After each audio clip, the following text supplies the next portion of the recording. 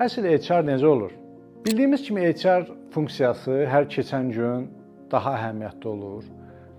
Aktuallığı daha da artır bu mənada HR əməkdaşlarının.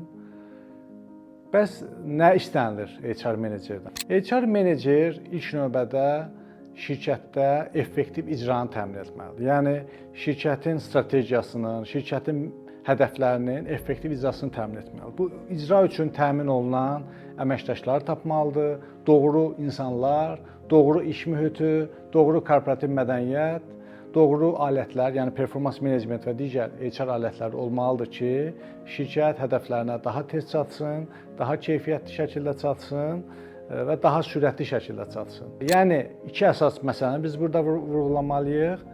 Yaxşı HR işçisi odur ki, şirkətdə icranın effektivliyini artırsın. Bunu da o necə nail olur? İnsan resurslarının effektivliyi və səmərəliliyinin üzərində işləməklə.